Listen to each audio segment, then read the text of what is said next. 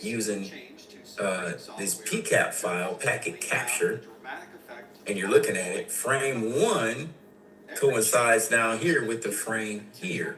So you see frame one, there's frame one up here. Okay. If we come down here and click, right, it will expand everything that is inside the frame. Okay. Everything that's inside of the frame. When we look at this on this side, generally you're going to see encapsulation or decapsulation, because inside the frame you have each layer of the OSI model on here. Remember we talked about that before? So if we're looking at a frame, that's layer 2, right? Ethernet 2, so there's layer 2, 3, 4. Uh-oh, here we go. You see how it's working its way up? And then you have the data coming in right in here. You're not going to see layer 1 because it's all ones and zeros, right?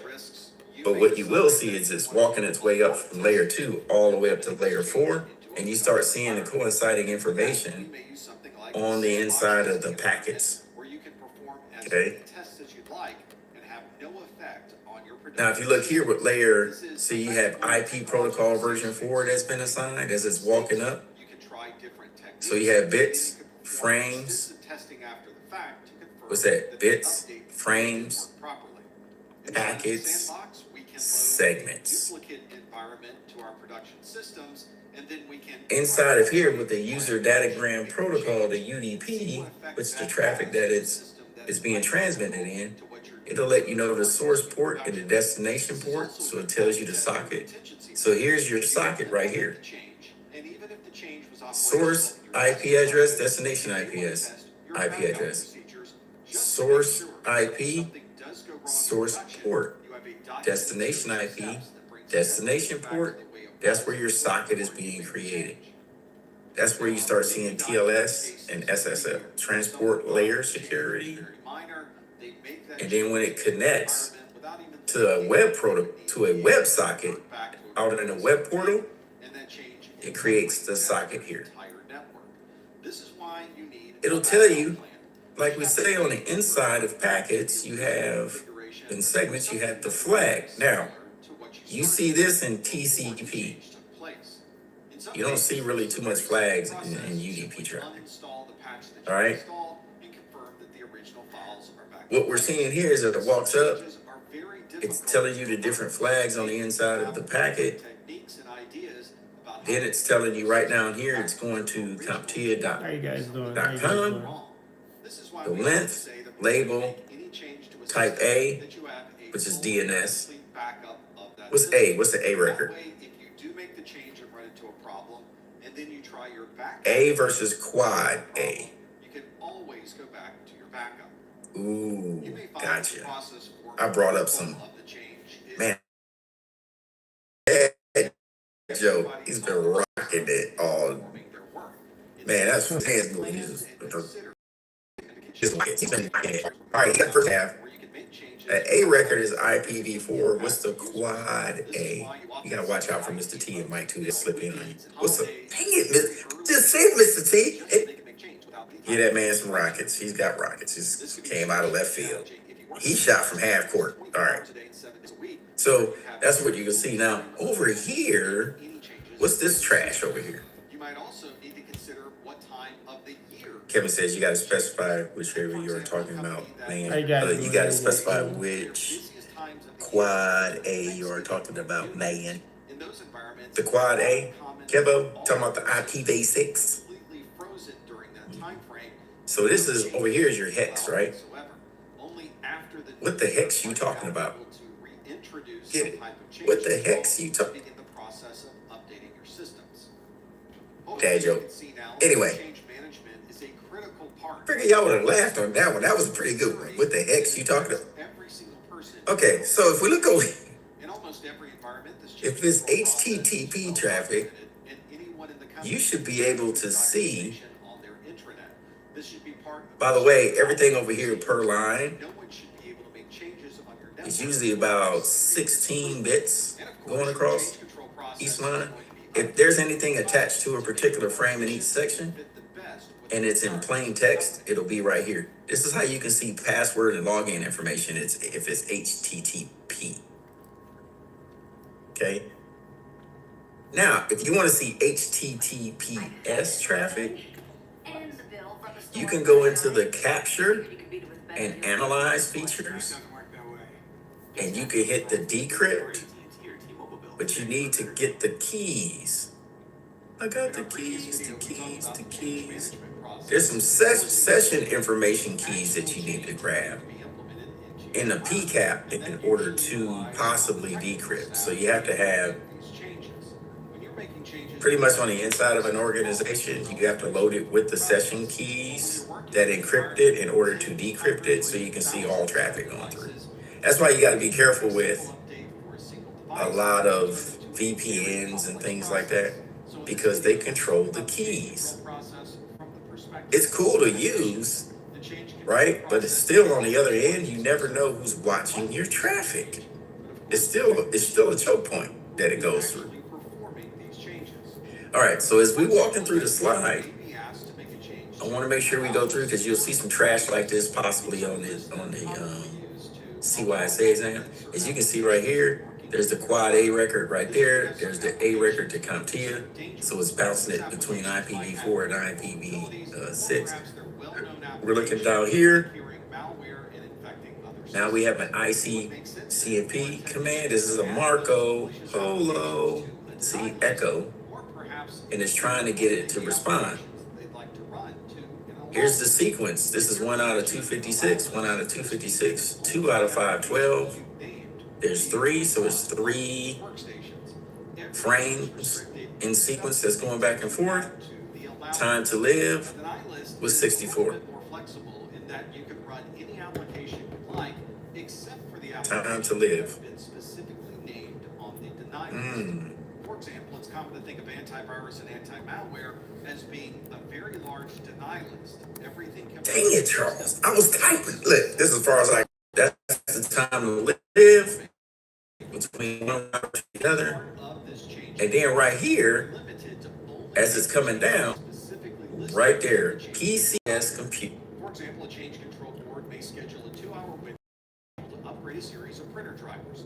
But that doesn't mean during that same 2-hour period that you can make other changes to other applications just because the window happens to be available.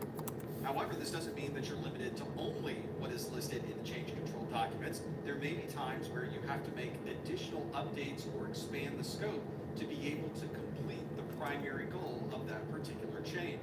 For example, you may find that the process of upgrading those printer drivers requires a modification to a configuration file on everyone's system. And although that wasn't specifically written as part of the scope of this change can only take place if you make that modification.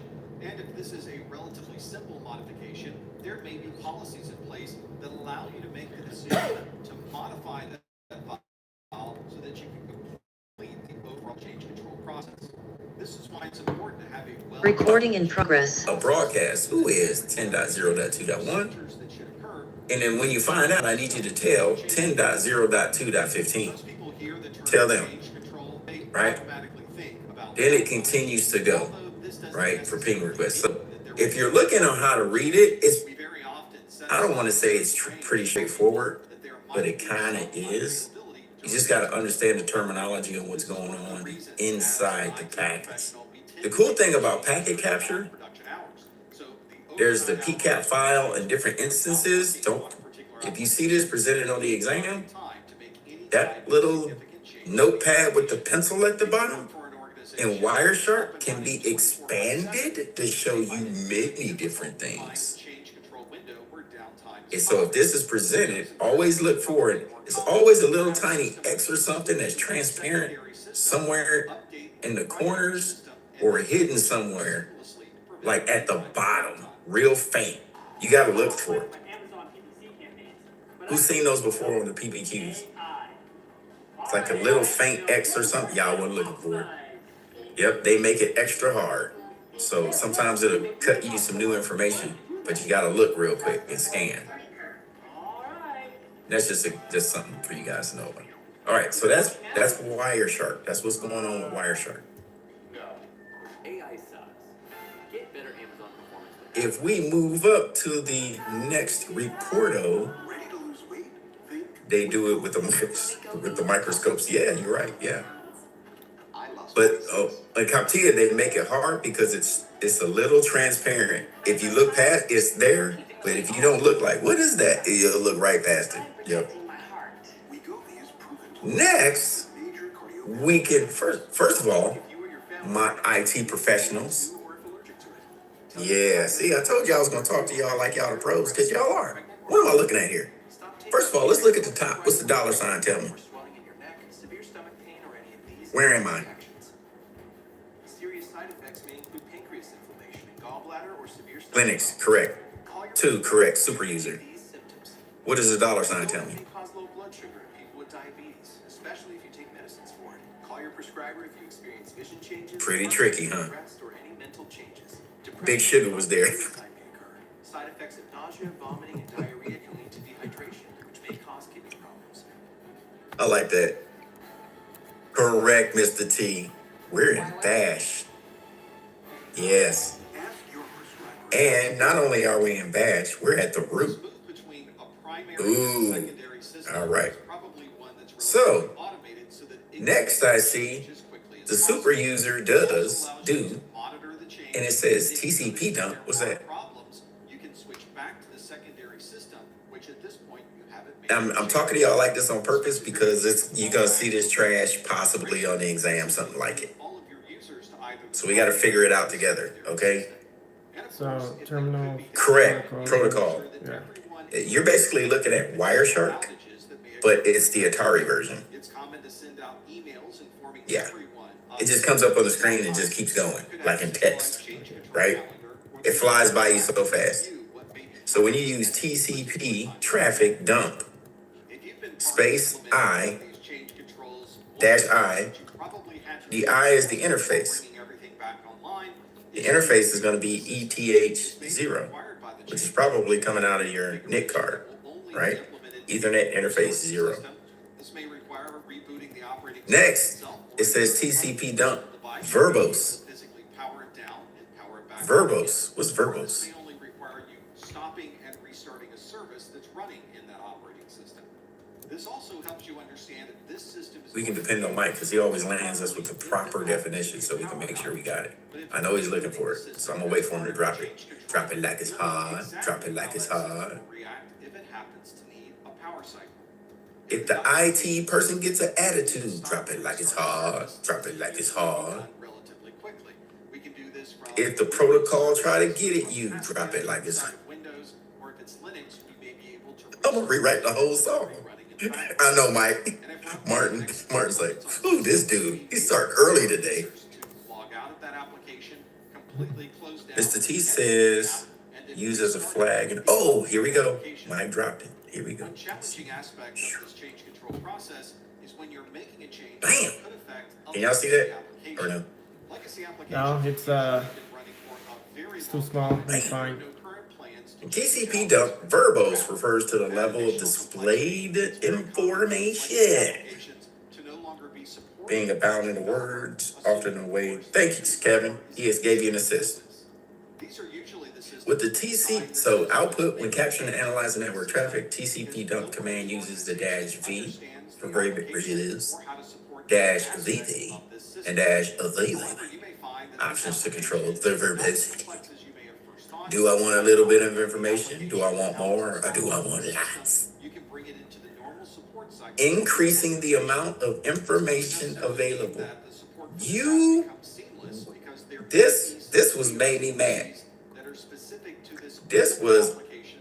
on possibly a question. You'll find that after time, And when I was like, what is that? Even me. a little bit better, you'll become I was like, what was that? What did I just answer? I didn't know the answer to. I know now. Not meaning today, but when I retook the exam back then, I was like, oh, okay, gotcha. All right, so remember, That's increasing the level of information that you are going to receive times 2.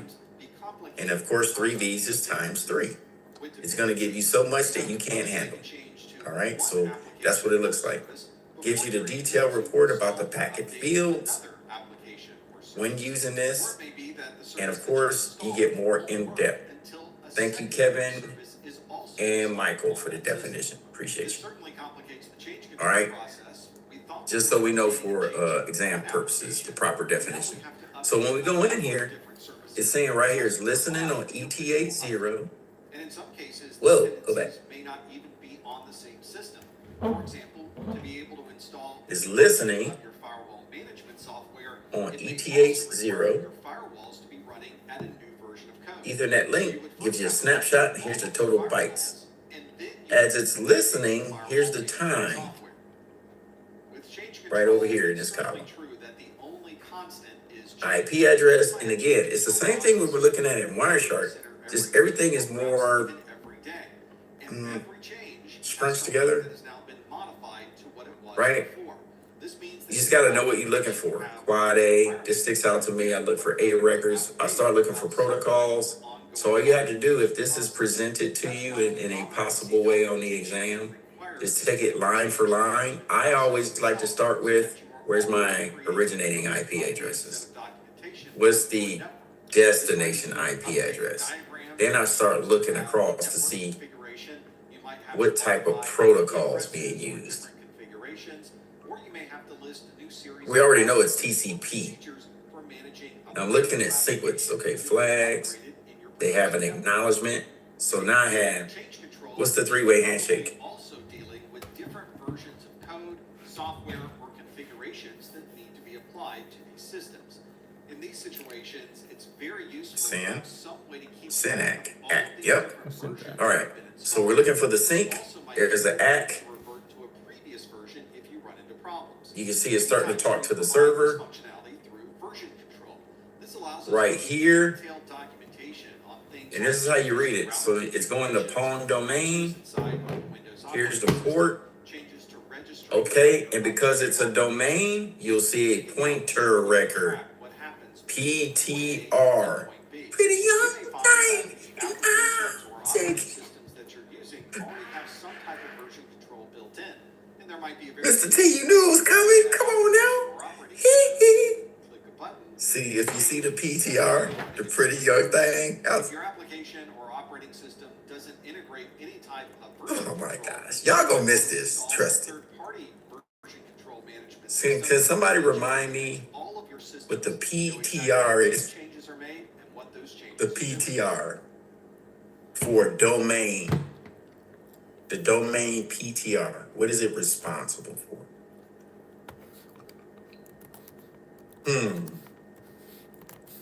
It's cool to get it wrong in here.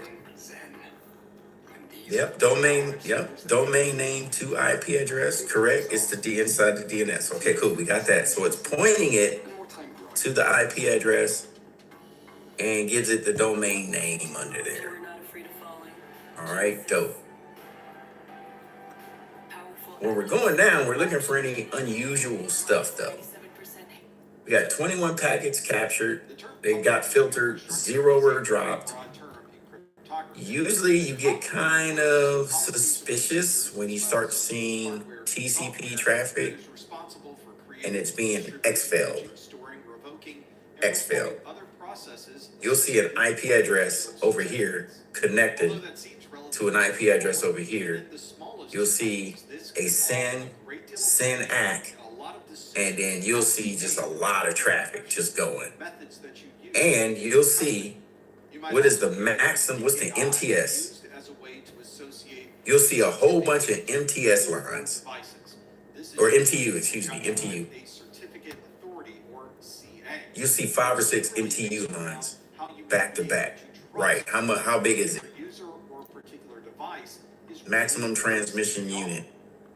Before we get into the details of Right. public key encryption, You'll see 15, 15, 15 hundo, 15 hundo, 15 hundo, 15 hundo. Retransmit, acknowledge it, repackage. 15 hundo, 15 hundo. You know you got somebody on the inside and they're stealing stuff. information. Okay. So you have that's a quick identifier to know. Whoa, and then the time. Usually it's going to happen after hours. This ensures that no one else can Right get over access here. to that symmetric Okay. key, which is very important because if you have the symmetric key, If anything is presented to you like this on the exam, and it's going, and you need to remember hit Control C to stop it. Control C. All right, to get out of it and exit. But you pretty much, this is what you have going on. It's pretty straightforward. It's letting you know what's happening. All right. And over here, it gives you your packet and or ID. All right. Well, this is associated with the time. So your IP, excuse me. All right. Any questions on that? Is it overwhelming now to look at this as opposed to when you first learned it? Or is it a little easier to kind of identify stuff? It's a little bit easier. As you dive deeper into the world of cryptography, A little bit more, a little bit more acquainted with it. Charles dropped in jumbo. What's the jumbo packets, Mr. Charles? What's the size of jumbos, y'all? So we usually are using both. Yep, 92. Anything between like 15, basically if it's over 15 and up to 92, yeah, that's a jumbo. That's a giant, yeah. What's the runs? Asymmetric encryption is encrypting and decrypting with Grande. Look at this man. these two keys that we use, the one for encryption and the other key for decryption. Vente. Just kidding. In fact, we Ooh, we got a Vente packet. at the same time. Correct.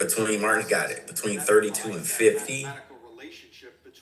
Those are the ones that are so small they can be created off of. Now, this is a curveball. They'll try to. You might hear this on the CYSA exam. Like, what can cause a run? Collisions. They're sometimes they're not set on purpose that big, or excuse me, that small. They are pieces of packets, and they collide with other packets, and they become fragmented. So you may see smaller ones. Correct, it's debris. So that's when you'll see a server saying, "Hey, I didn't quite get that. Can you retransmit?" Or another computer saying, "Hey, I didn't quite get that in TCP. Can you retransmit?" So then they can get a full segment and put them back in the order that they're supposed to. All right. So just a little side note, just in case you see it, you know the proper alternate verbiage. All right. For example, there may be a number of different individuals that are encrypting data using Again, with packet capture, these two will get it for you. Open source analyzer, TC speed up can be ran from the command line. Here's an example with Ubuntu and Linux. You can do the same thing in Mac. Mac uses the bash shell, right? Terminal. You can do the same thing in Mac. Can I do the same thing in Android if I get to the command line? You can't derive one key by simply looking at Ooh, trick question. Because of the math associated with the creation of these public and private keys, there's no way to reverse engineer the private key, even if you happen to have the public key. And that is one of the big benefits of if you see PA, there you go. At Yeah. Capital One, we start. All right. See, dang, Mr. T. Y'all too smart for me today. I'm shutting this first part of the lesson down. That's how we start. I need to regather myself. And that's technology at Capital One. Yeah, I got to make things a little harder. Charles, what is he looking at? What is he doing? Charles is he looking out the window, ain't you? My notes, hacker notes. takes advantage of asymmetric encryption, such as Hacker, yeah. GPG. He's hacking. You've gone through the process of creating I have them all over my wall. private key pair. This process All of right. creating the public and So what we'll do, let's go ahead and take a break, and then when we get back, we'll jump back into some class stuffy, and then at noon we'll do another part of this lesson. Sound cool? Word up. Hey. See you when you get back. You only have to go through once at the very beginning, and from that point going forward, you have your private key and your public key. So in the case of Alice, she's creating or generating a new pair of keys. The key generation process usually only takes a few moments, and it outputs two separate keys. One of those keys it identifies as the public key, and it labels the other key the private key. At this point, we can distribute our public key to our friends, we can post it on our website, or attach it to our social media pages. We would then take the private key, save it locally, and make sure that it is protected. Very often, we would assign a password to a private key so that you had to know the password to gain access. This adds another level of protection just in case a third party happens to come across or gain access to our private key. So now that Alice has created a public and a private key, she's made the public key available to everyone. There is a friend of hers named Bob who would like to send Alice an encrypted message. Bob starts on his laptop by writing the message that we'll refer to as this plain text that says, "Hello, Alice." And he has Alice's public key because as the public key, it's available for anyone to use. This goes into your asymmetric encryption software, which then creates the ciphertext. This is the combination of the plain text and Alice's public key. At this point, this ciphertext can be sent to Alice and can be viewed effectively by anyone. There's no way to decrypt this information without the private key. Even if somebody gains access to the ciphertext and they gain access to the public key, they still would not be able to somehow reverse engineer the plain text. Now that Bob's created the ciphertext, Bob can send that over to Alice. Alice sees that this is encrypted data and uses her private key to decrypt the ciphertext. At that point, we're back to the plain text, and as you can see, it is identical to the plain text that Bob originally sent. When you're dealing with a single person who happens to have their own public and private key pair, it's up to the individual to manage those. And at some time in the future, if you need to decrypt the information, that individual simply goes to their private key and decrypts anything that may still be encrypted on their system. But when you're working in an environment with hundreds or thousands of users, and each of these users has their own public and private key pair, you may need some way to manage that very large amount of data. This may be a third party where you hand over private keys and they maintain those private keys until you happen to need them, or perhaps you're performing your own key escrow.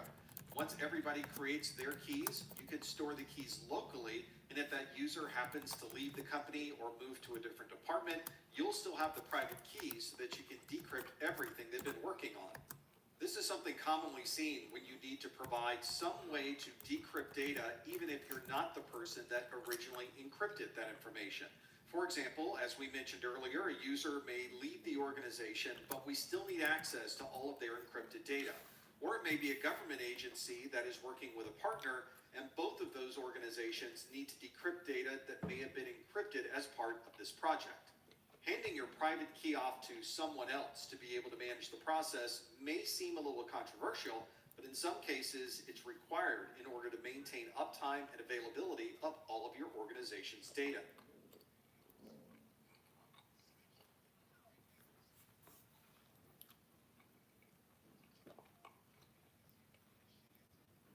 With Liberty Mutual, you can customize and save. Oh, I think your hats are switched. No. Ultra Rewards introduces the industry's most expansive global rewards marketplace, featuring millions of unique products and experiences, all delivered seamlessly through a single powerful solution. With maximum choice and unmatched flexibility, it is designed to create personalized, dynamic experiences. If you need to protect data that you're storing on an SSD, a hard drive, or any other type of storage device, then you'll need to work on encrypting all of this stored data. Sometimes you'll hear this referred to as encrypting data at rest. This includes not just individual files that you might have on these storage devices, but in some cases, everything that's on the storage devices using full disk or volume level encryption. In the Windows operating system, you may be using BitLocker to accomplish this. If you're using Mac OS, you may be using FileVault, and other operating systems have other ways for encrypting everything on a single volume. You might also need to encrypt a single file that is on a system and not the entire volume. In Windows, you can use EFS. This stands for the Encrypting File System. It's a file level encryption that's built into the NTFS file system. And if you're using Mac OS, Linux, or even Windows, there are many third-party utilities that can perform a similar function. In Windows, you would look at the properties of a file or folder, and inside the advanced attributes, you can select Encrypt Contents to Secure Data to enable EFS. A A lot of the data that we use online is stored in a database. And of course, there are different techniques to be able to protect the data that's inside of these database files. For example, you may be able to configure transparent encryption. This uses a symmetric key to encrypt everything that might be in that database, and you would need to perform an encryption or decryption of that data each time the information is pulled from the database. Some of the information in your database might not be private or sensitive, so you might have some data inside of the database that is protected or encrypted, and other data which is still available in plain text. Here's an example of a table inside of a database. This is an employee database that has employee ID numbers, first names, last names, and social security numbers. Of course, you could encrypt the entire database by applying a symmetric key so that all of this data is now encrypted. And you can see we have no idea what part of this may have anything to do with an employee's name, their ID number, or their social security number. But of course, there's overhead involved in being able to view this information, and every time we need to search through the entire database, we would effectively need to decrypt all of the data within that single database. One way to avoid some of that overhead is to only encrypt a certain type of data in the database. In this example, we're performing column-level encryption, where the employee ID, the first name, and the last name are all displayed in plain text. And if you needed to search for a name or search for an ID, you can perform this very quickly without having to decrypt any other type of data. But if you needed access to a person's social security number, you would either need to decrypt the entire column or that single record to be able to gain access to that data. Another common place to perform this encryption is when we're sending data across the network. We want to be sure that everything we're sending between two devices is protected, and if someone does tap into this connection and view that data, they wouldn't be able to make sense of any of those details. For example, you're probably using a browser right now to watch this video, and all of the communication that's taking place in your browser is most likely using HTTPS, which means that everything traversing the network is encrypted. If you need to connect different sites to each other or need to connect individuals for remote access, we commonly would use a VPN to provide this encryption. This stands for Virtual Private Network, and it effectively creates an encrypted tunnel where you can send all information into the tunnel to the other side, and anything within that tunnel is going to be encrypted. This is commonly used with client-based VPNs using SSL or TLS, and if you're connecting two sites together, we commonly would use IPsec to provide that VPN connectivity. To be able to have a successful encryption and decryption, both sides must be using the same encryption algorithms. This is the formula that's used to not only provide the encryption process, but it also provides you with the way to decrypt that data on the other side. Generally, both sides would agree from the very beginning to use one or more encryption algorithms so that both sides know exactly what to expect when information is received. Many times the end user doesn't see the details of the algorithms that are being used, but they know that they're using a particular application, and they want to be sure the person on the other side is using a similar application so that the encryption and decryption processes will be compatible. We see you, the change seeker, the first-gen college grad, the schedule jumper. Get a completely online, actually affordable degree at Columbia Southern University. See yourself at CSU. At King Soopers, we never compromise. You get up high quality that guarantee fresh and down low prices in every aisle. With quality and savings that add up, King Soopers shoppers never compromise. King Soopers, fresh for everyone.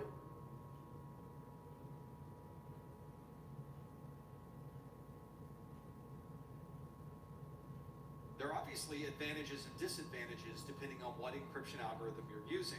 Some algorithms have a better security level, some work faster than others, some have a more complex method for implementation, but once both sides agrees on the application that will be used for encryption and decryption, everything else generally takes care of itself automatically. Usually the security administrator will have a pretty good idea of what the requirements are for the users, and they'll make sure that the proper encryption algorithms are used. Here's a good example of why it's so important that both parties in a conversation are using the same encryption algorithm. These are very broad comparisons between the DES encryption algorithm and the AES encryption algorithm. These stand for the Data Encryption Standard Advanced Encryption Standard. You do not need to know the specifics of these block diagrams for the Security Plus exam, but you can visually see that there are quite a few differences between both of these algorithms. The DES encryption algorithm has 5 different steps, which include breaking up the data into a left plain text and right plain text to finally come up with a 64-bit ciphertext. You can see that AES works a little bit differently, where you take a plain text and a secret key, add it to a cipher, and finally get the ciphertext. There are also different versions of AES that can produce different levels of output. You obviously would not be able to encrypt with DES and somehow decrypt with AES. You have to be sure that you're using compatible encryption and decryption algorithms on both sides of the conversation. Here's another interesting part about encryption algorithms is we know exactly how they work. The algorithms themselves are usually public. You can read the code or look through the math and see exactly the process that occurs. The algorithm is usually a very well-known thing. In fact, it makes the algorithm more trustworthy because we can see the math and the process that's used to create the encryption. One major piece of information that we don't have is the key. And although we know how the algorithm works, we still are not able to reverse engineer anything unless we have that key. This is very similar to the way that the door lock operates. We know how door locks work. We know how to manufacture door locks. We know what happens inside of a door lock when you put a key in. But just knowing that information doesn't somehow allow you access through a locked door. You have to have the proper key, just as you do with encryption and decryption. That key helps determine the final output. If you're encrypting data or hashing data or creating a digital signature, it's all based around that key. And even though we have the algorithm and understand everything about the math, you still need the key to be able to gain access to the data. This is why we always tell you to keep those private keys private. When somebody gains access to your key, they're able to use it on your door lock, and now they have access to all of your data. Like anything else, your encryption and decryption keys are subject to brute force attacks, which means that an attacker could go through every possible permeation to be able to determine what public or private key might be. We can effectively prevent these brute force attacks from being successful by creating a very, very long key. In the world of encryption, a symmetric key of 128 bits or larger would be very common, and today would be very protected. As time goes on and our processors become more powerful, we're able to tie many different processors together, we may increase the size of our keys to make them that much more difficult to brute force. This extension of the key lengths also applies to asymmetric encryption as well. Even though an asymmetric key involves complex mathematics surrounding very large prime numbers, an attacker can still perform a brute force. And it's not uncommon to see asymmetric keys that have a key length of 3072 bits or even larger. This means Welcome back to Break, hey everybody. Getting to some classwork. Larger and larger keys just to keep up with the changes in technology. But there are some other things we can do to make our existing keys that much more secure. And one of the ways to do that is to perform the encryption process multiple times on a single type of data. For example, you may want to hash a password, then hash the hash of that password, then hash the hash of the hash of that password, and so on. This is referred to as key stretching or string linking. This means if someone wanted to brute force some data that's been encrypted multiple times using this key stretching method, that they would need to decrypt multiple times to see if their brute force was successful, and this adds an additional overhead and certainly would create more time during the brute force process.